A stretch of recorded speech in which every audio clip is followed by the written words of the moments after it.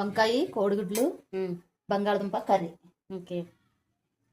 ముందు ప్యాన్ పెట్టి గుడ్లు వేయించుకోవాలి.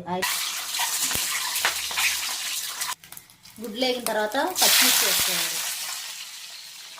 తర్వాత ఆనియన్స్ వేసుకోవాలి, వేయించుకోవాలి.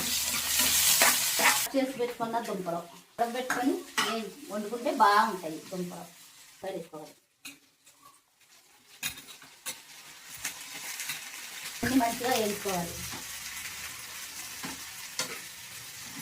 బంగాళదుంప వేగిన తర్వాత కొంచెం రుచికి సరిపడ్డ ఉప్పు వేసుకోవాలి. తర్వాత కొంచెం పసుపు వేసుకోవాలి. కూర 10 నిమిషాలు మగ్గనివ్వాలి. కారం వేసుకోవాలి. తర్వాత గుడ్లు వేసుకోవాలి. అది మంచిగా కలుపుకోవాలి. కొంచెం వాటర్ వేసుకోవాలి. ఫైనల్గా వంకాయ బంగాళదుంపల కర్రీ రెడీ. మీకు నచ్చినట్లయితే షేర్ చేయండి, కామెంట్ చేయండి. ఎలా ఉంది ఎగ్ వంకాయ కర్రీ?